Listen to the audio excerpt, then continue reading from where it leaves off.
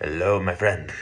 I want to talk about a question that's been on my mind since the last post I shared about this experience of training as chant leader at Maple and breaking through this pattern of control. The question is, what if I hadn't done that?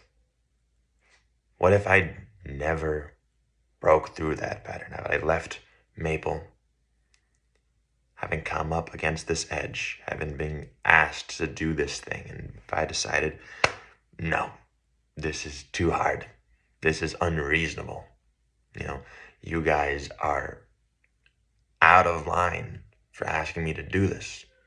You're making me uncomfortable. It's not fair. It's not right.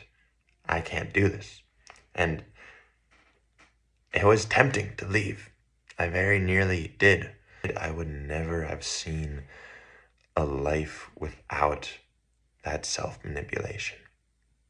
If I left this training early, if I prioritized my feelings in the moment over the real work, if I hadn't held that resolve, and if I hadn't been supported by the true kindness of my teacher and my community, I would have given up on this.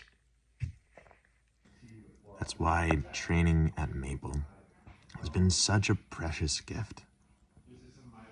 It is very hard to do this on your own because the mind of manipulation and control, of extraction and fear, that is the mind that has been the basis of this civilization. What this means is we are constantly being conditioned by that mind that only knows how to take things. No matter where we grew up, no matter how much love was around us or not, we still swim in the waters of that mind, and it conditions us. This conditioning goes very deep. There is a form of kindness here that is totally strict and severe. It is uncompromising. And this calls forth a form of genuine trust and integrity that is unbelievably precious. I know it to be precious because so much of my life I lived with this sense of horror at my own inauthenticity. This sense of separation, even from myself, even from the beings around me. I didn't know how to break out of it. And it took this uncompromising kindness.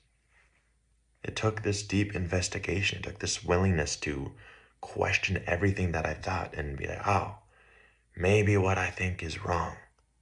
Maybe I can't think through this. Maybe the solution's not here. I'm grateful to Maple and this training because they created the conditions for me to face this directly and gave me the chance to choose whether to do it or not. Now I know myself as someone who chose to face the hardest thing I could face and move through it. And that is life-changing.